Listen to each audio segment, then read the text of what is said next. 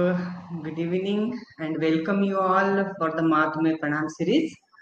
And I just want to introduce Nilofer ma'am, today's speaker. Actually, she doesn't need the introduction, but yes, she is from Karad, Satara, studying BHMS from JJ Magdum Homeopathic Medical College, Jaisinghpur. She has been practicing for 14 years and practicing in mind method for 6 years. Her specialty is treating epilepsy cases and pathological condition in pediatric cases. She is the one of the pearl of the HSS and very gentle and kind by her name. Just for my curiosity, I just Google your meaning of your name, ma'am.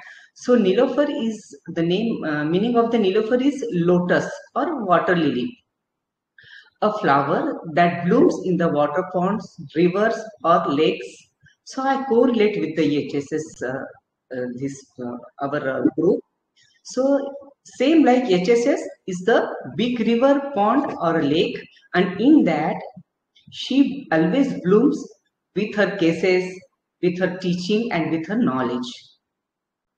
So today, I'm repeating, today all HSS members are the droplet of that big river of HSS, and in that you bloom your knowledge, and we all droplets are ready to absorb your knowledge, ma'am. So thank you for being with us. Thank you for your time. So you welcome, ma'am. Thank you so much, Kavita ma'am. So much, I'm so much overwhelmed कि आपने इतना search किया. Thank you so much. Welcome के बिना आपका welcome अधूरा था. Thank you Savita madam, thank you. Please continue. Yes. Thank you, Ashok. I'll narrate the case and then we'll discuss. Okay. तो एक elderly male, 66 years, एक Muslim with long beard and cap, उन्होंने एक आते ही स्माइल कर दिया. एक्चुअली वो बैठे थे और केबिन के बाहर एक पेशेंट से मेरी बात चल रही थी, तो वो हंसी मजाक कुछ हुआ एंड देन आई स्टार्टेड कि बोलो चाचा क्या हो रहा है. तो उन्होंने कहा कि मैं पिछले महीने ही आया था पर आप निकल गए, तो डॉक्टर साहब से दवाई लेकर गया. तो उन्होंने 1 महीने की दवाई दी थी. चक्कर आती मेरे को, ऐसे ही डायरेक्टली स्टार्टेड. तो अभी मैं मतलब उन्होंने एक जगह का नाम बताया. कॉटेज हॉस्पिटल से यहाँ तक आया हूँ. It is almost 1/2 kilometre. तो छोटा बच्चा कैसा चलता है ना, वैसे ही मैं चल रहा था. मतलब ऐसा पैर भारी, और उन्होंने बोला मूंगी आती है, मतलब टिंगलिंग होता है उनके पैरों में, और घुटने बहुत दर्द करते. तो मैंने पूछा कब से, तो उन्होंने बोला बहुत साल से है ये. और फिर बताया कि उनकी वजह से मैं आपके पास आया हूँ. तो फिर मुझे एलोपैथिक ट्रीटमेंट चालू है. बीपी शुगर है और चक्कर आता है, घुटने में दर्द है, बस इतना ही मेरा है. तो मैंने बोला आप काम क्या करते थे. तो उन्होंने कहा मैं बावर्ची था, मतलब पहले करता था, अब नहीं करता हूँ. तो अभी क्या उम्र हो गई है. फिर मैंने पूछा डॉक्टर मतलब घर पे कौन कौन है.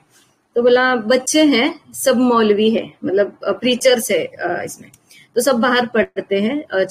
4 या 5 लड़के हैं उनके, बट वो उनका एक लड़का उनके साथ, मतलब ये एक लड़के के साथ रहते हैं एक गांव में, और सब अलग अलग गांव में रहते हैं. बट ये कहीं पे भी जाते हैं तो he is taken care of. मतलब उन्होंने बताया, मैंने पूछा भी नहीं था. तो उन्होंने कहा कि सब बाहर पढ़ते हैं, मेरे पास एक है, एक बहू और बेटा है. और उन्होंने बिना पूछे ही बताया खाने पीने वगैरह का कोई टेंशन नहीं है, सब बराबर है, सिर्फ पाँव में दर्द और चक्कर है. मैंने पूछा कब से है दर्द. तो उन्होंने बोला 1 साल तो हो गया, वेदना शामक लिया तब से. पर वो डॉक्टर ने बताया ना ज्यादा वो दवाई लोगे नहीं लेना है, नहीं तो मैं कब लेता मालूम, हफ्ते में 1 बार, नहीं तो जब बहुत दर्द होता है तब मैं लेता हूँ. तो मैंने पूछा क्यों. तो बोला डॉक्टर ने डर डाल दिया ना दिमाग में, डर डालते ना वो लोग, मतलब एलोपैथ. तो उन्होंने बोला फिर बोला कभी तो लेता हूँ. तो मैंने बोला क्यों बर्दाश्त करते हो दर्द. तो उन्होंने छोटे बच्चे की तरह हंसा. अब क्या डॉक्टर से डर से बर्दाश्त करता हूँ, डॉक्टर के डर से बर्दाश्त करता हूँ. तो मैंने बोला इसलिए, फिर मुझे बोला इसलिए तो आपके पास आया हूँ ना, ख्याल में आया क्या आपको. तो मैंने बोला ठीक है. फिर काम के बारे में पूछो. तो उन्होंने बोला कि मैं बहुत अच्छा था, जब मतलब वो बात कर रहे थे पर वो कुछ ऐसे ढूंढ रहे थे, तो उन्होंने फिर एक पैकेट निकाला और मुझे दवाई बताई, देखो ये चक्कर के लिए मैं दवाई खाता हूँ और आपको दिखाने के लिए लाया हूँ, और शुगर बीपी के भी गोली चालू है। तो ये 1 साल से है। उसके पहले मैंने पूछा कैसा था, तो पेशेंट ने कहा कि उसके पहले नहीं था, मतलब साइकिलिंग बहुत किया मैंने, बहुत मेहनत की, ऐसे उन्होंने थोड़ा खींच के बहुत मेहनत की, तो ये मेहनत का नतीजा है, ऐसे उन्होंने कहा। तो मैंने पूछा जब मेहनत करते थे तब दर्द था, तो पेशेंट ने बोला नहीं, घर में ज्यादा लोग थे, 4 भाई 4 बहनें, उसकी वजह से करना पड़ता था। तो ये सबसे मतलब मैंने जब पूछा आप कौन से नंबर के थे, तो उन्होंने बताया कि मैं सबसे बड़ा था। अभी सब अलग अलग रहते हैं, पास में ही रहते, समझौते में अलग हुए हैं, और 40 साल हो गए हम लोग अलग रहते, तो लड़ाई झगड़ा हमारे यहाँ कभी नहीं, मतलब अल्लाह के फजल से हमारे यहाँ पे सब अच्छा है, सब अच्छा है। तो 2-3 बार ही स्ट्रेस्ड ऑन दैट थिंग। फिर मैंने बोला इतनी सबकी जिम्मेदारी थी, तो आपको नहीं लगता था कि बहुत ज्यादा जिम्मेदारी है? तो उन्होंने हंसा और फिर जस्ट एकदम टियरी फेस में बोला कि बड़ा था ना, तो बीच बीच में मतलब उनके बेटे ने भी बोला था कि जब से उनको बेल्स पाल्सी हुआ है तो बात करते करते बीच बीच में रोने लगते हैं, but I could not find any correlation कि ये बीच बीच में रोते हैं, बीच बीच में हंस देते हैं, बट हंसने से ज्यादा उनका वीपिंग जो एक फेस था वो एक मार्क था, वो आई हैड शोड इट। तो उन्होंने कहा कि मीन्स बीच ये कर मैं तो बोलता था मेरी ही जिम्मेदारी है, और उन्होंने एकदम हंस भी दिया और आंखों में आंसू भी थे उनके। मैंने पूछा आपकी जिम्मेदारी थी, ऐसे क्यों लगता था? तो ऐसे उन्होंने सर पे मार दिया, बड़ा था, बड़ा होने की वजह से जिम्मेदारी आती है ना। तो मैं थोड़ा मतलब he was very much childish type. तो मैंने पूछा कभी अनबन होती थी? तो कभी नहीं, कभी नहीं। मेरा बात खत्म होने के पहले उन्होंने डायरेक्टली बोल दिया कभी नहीं।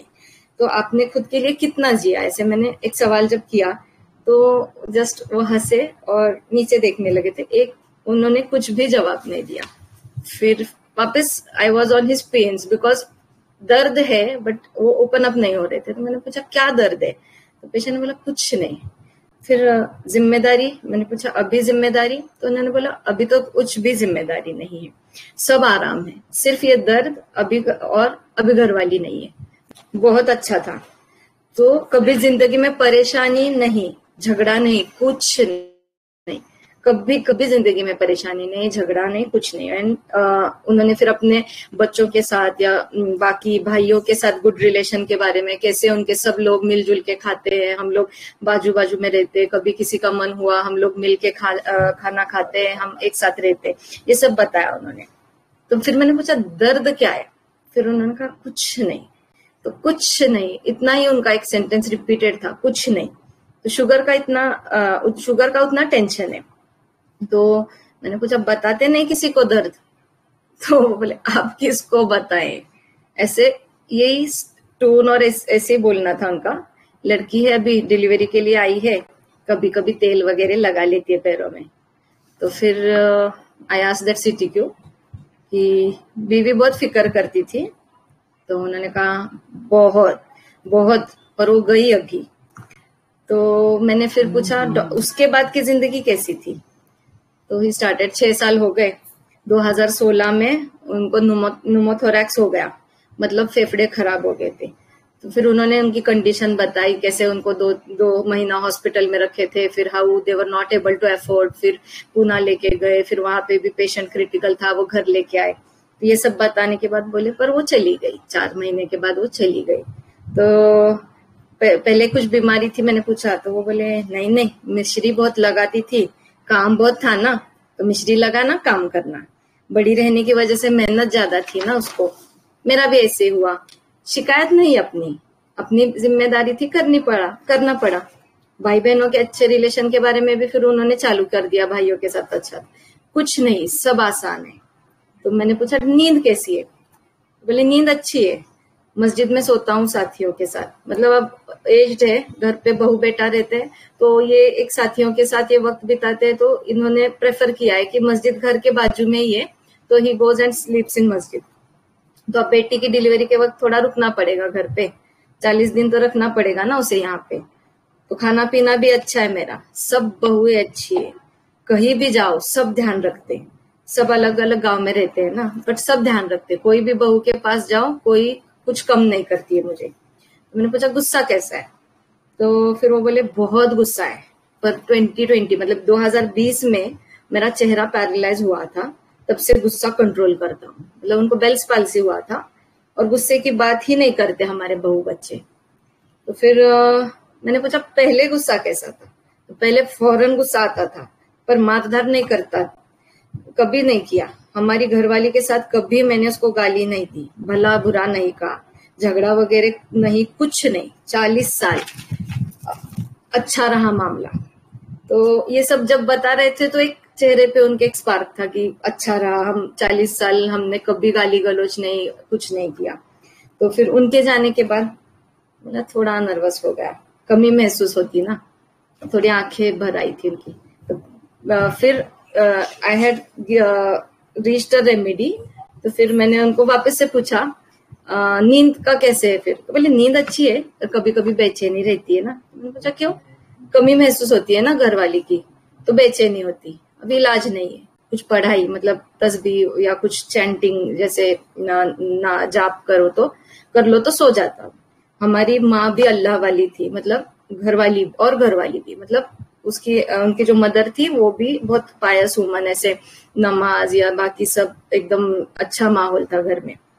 तो 80 साल की उम्र में मेरी माँ भी खड़े होकर नमाज पढ़ती थी, और हम देखो अभी बैठ के पढ़ते हैं। और फिर मैंने ऑलरेडी एक डोज निकाला था, उनको एक डोज दे दिया।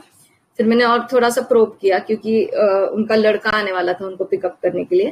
तो फिर मैंने पूछा कैसा था मामला बीवी के साथ, तो बोला वो प्यार की शादी थी, फूफी की लड़की थी, तो बचपन से एक साथ थे। तो उनकी माँ का इंतकाल होने के बाद 12 साल से हम मतलब दादा दादी के घर पे वो रहते थे, और हमारी शादी फिर घर वालों की मर्जी से हो गई थी। तो फिर जब बेटा आ गया तो, और जब वो बैठे थे वहां पे, तो फिर उन्होंने कहा कि बेटे ने कहा बहुत चिड़चिड़ापन है, तो हर बात जल्दी चाहिए। तो जब वो बेटा बोल रहा था तो पेशेंट ने इंटरप्ट किया, चिड़चिड़ापन नहीं है जल्दबाजी है, और हंसने लगे। मतलब चिड़चिड़ापन नहीं है जल्दबाजी है। तो अगर फिर मैंने पूछा मतलब क्या, आप बताओ थोड़ा कैसा जल्दबाजी, मतलब चिड़चिड़ापन आप बोलो कैसे। तो उन्होंने बोला अगर चाय बना रहे हो और इनके लिए, और चाय बनने तक अगर नमाज का वक्त हो गया हो और ये चाय बनी के नहीं ये पूछेंगे और फौरन नमाज के लिए दौड़ जाएंगे, तो फिर वो सामने वो बोले नहीं पीता हूँ मैं चाय, सामने एक चाय की टपरी है वहां पे जाता हूँ मैं चाय पी लेता हूँ, ऐसे कोई गड़बड़ नहीं है, मैं चिढ़ता नहीं हूँ किसी पे। तो बहुत जल्दबाज है घर पर भी और बाहर भी। तो पेशेंट ने भी ऐसे ही कहा। देन आई अगेन आस्क्ड कि दर्द में कैसे रहते, तो उन्होंने बोला बेटे ने कहा बहुत शांत रहते, मसाज तेल लगाने हम कहते तो हम मसाज किया तो इनको पसंद नहीं आता है। तो पेशेंट ने फिर इंटरप्ट किया हंसते हुए, ताकत ज्यादा है ना, बर्दाश्त नहीं होता। तो मैंने बोला, फिर मैंने अगेन बेटे से पूछा कि again this was again one of my CTQ कि तुमको बोलते तुम्हारी अम्मी जैसी नहीं आता है तुमको। तो फिर बेटा तो बोला नहीं ऐसे कुछ नहीं। तो पेशेंट वाज लाइक हाँ, he was so happy with that question कि हाँ। उन्होंने गर्दन हिला, हाँ बोला ऐसे। तो उनके चेहरे पर एक स्माइल थी। और बाद में जब वो आए तो फिर एक 15 मिनट्स के बाद मैंने अगेन उनसे पूछा कैसा है, तो बोले अब मुझे शांत लग रहा है, मैं क्यों आया, मेरी चक्कर कम होना चाहिए इसलिए, और वो डॉक्टर बोले थे ना दर्द की दवा की आदत लगेगी इसलिए मुझे आपकी दवा लेनी है। तो मैंने बोला फिर आपकी दवा की आदत लगी तो भी चलेगा। तो मैंने बोला पर ज्यादा दवाई खाने में डर नहीं लगता है? तो बोले नहीं आपकी दवाई दे दो, आदत लगी तो भी चलेगा। तो फिर उन्होंने कहा खाने पीने का शौक था इसलिए तो बावर्ची बना। और फिर बेटे ने अगेन बोला था कि खाने के साथ साथ इनको खिलाने का बहुत शौक है। मतलब कुछ अगर पूछेंगे हर रोज क्या लाना है बेटी के लिए बहू के लिए, और लाएंगे और सबको खिलाएंगे, मतलब खाते नहीं सिर्फ, तो ये खिलाते भी है। तो फिर just for confirmation I was asking for the remedy. तो रोते कभी या कैसे, इमोशनल है? तो बेटे ने कहा इमोशनल नहीं, पर बात करते करते कभी रोते रहते।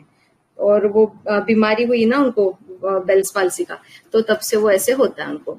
हम उनको अकेला छोड़ते नहीं, ज्यादा लोग लगते हैं, इनको बात करना पसंद है, बट चिढ़ जाते हैं, अगर कुछ अपने मन जैसा नहीं हुआ तो चिढ़ जाते हैं।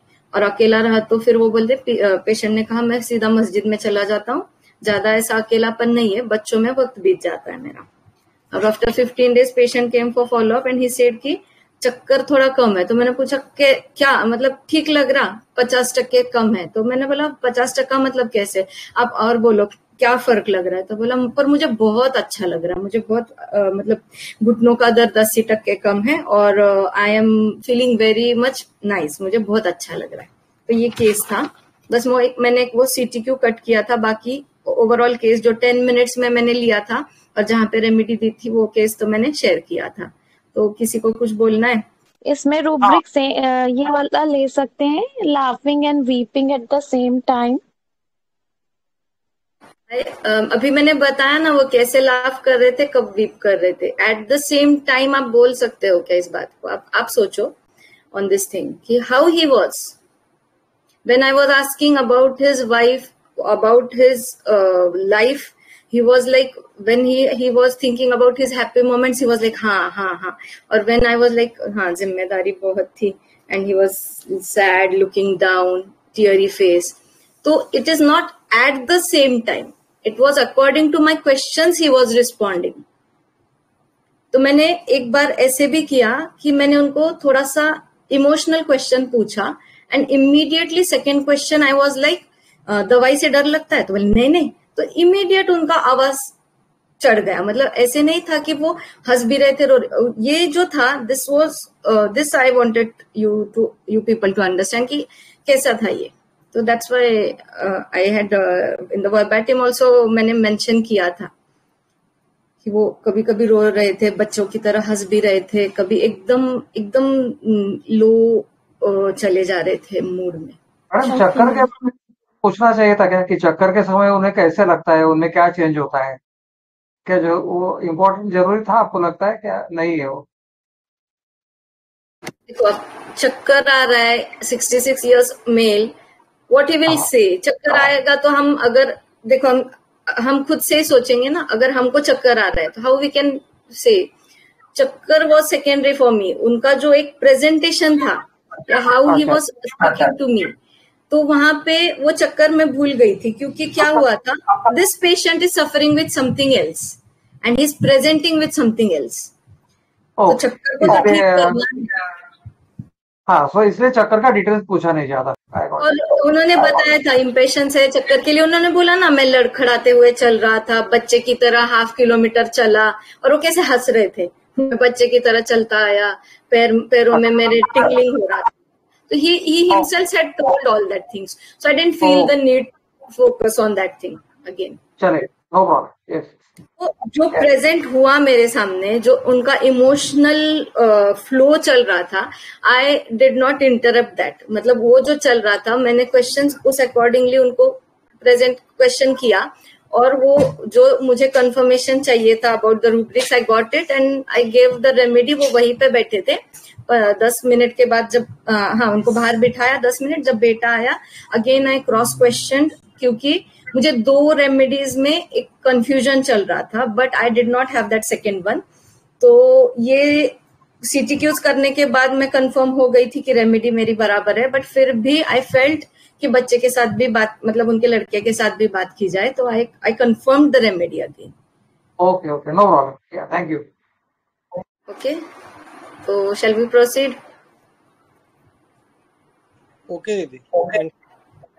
ओके, तो देखो फर्स्टली वो जब आए, तो जैसे वो आए, हंस रहे थे, रेफरेंस के साथ बात कर रहे थे, तो स्टार्ट आई फेल्ट सल्फर है क्या पता नहीं, मतलब ही स्टार्टेड तो मुझे एक सल्फर जैसा फील आया, तो ऐसे लगा कि एफेक्टेशन है। वो वेदना शामक बोल रहे, फिर वो डॉक्टर साहब ने बोला आपसे बोलने के लिए, मतलब फिर देन आई थॉट कि जो बंदा एक डॉक्टर के कहने से उन्होंने 1 साल तक पेन किलर लिया हर रोज, और देन आफ्टरवर्ड्स उसी डॉक्टर के बोलने के बाद में उन्होंने वो बंद भी कर दिया immediately, and he took it हफ्ते में 1 बार।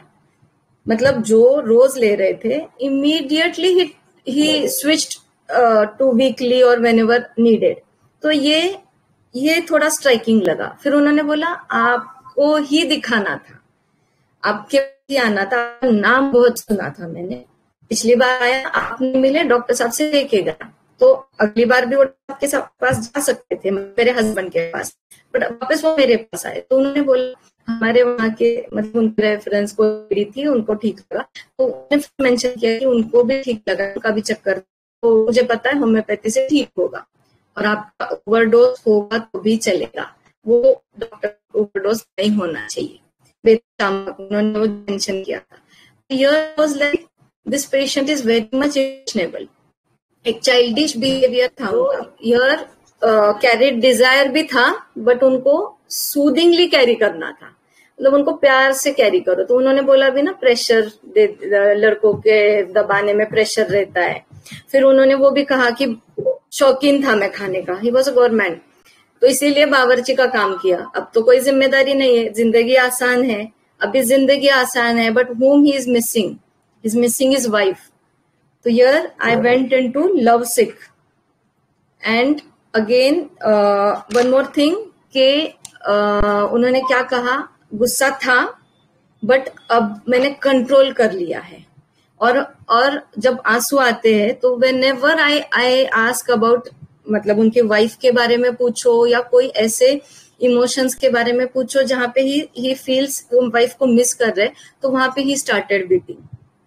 तो वो वीपिंग टच्ड व्हेन और इरिटेबिलिटी टच्ड व्हेन, ये कब हो रहा है, जब उनकी बहू उनकी वाइफ की तरह उनका नहीं कर रही सब, मतलब बहू इज डूइंग हर बेस्ट, पर उनको ऐसे लग रहा है कि वो मेरी वाइफ के जैसे नहीं है। अगेन ही टोल्ड कि मेरी माँ 80 साल की उम्र में शी यूज्ड टू स्टैंड, नमाज के लिए वो खड़ी रहती थी। तो see he had 2 ideal womens in his life, 2 औरतें आइडियल थी उनकी लाइफ में, एक was his mother and second one was his wife. And wife के साथ उन्होंने 12 साल से means at the age of 12 तब से ये लोग साथ में थे, they used to play together, मतलब लव मैरिज था उनका। तो you can understand कि how much they both are attached, both were attached, or how much this person was attached with her. So here I took carried desire to be carried, soothed, love sick, and anger touched when, or weeping touched when, and I had given him Antim Crude 200. और वहां पे ही after 10 minutes the patient told me बाकी पता नहीं पर मुझे बहुत अच्छा लग रहा है। And after in the next follow up when he came after 3 to 4 weeks, तो तभी भी उन्होंने कहा चक्कर 50% कम है बट मुझे बहुत अच्छा लग रहा है।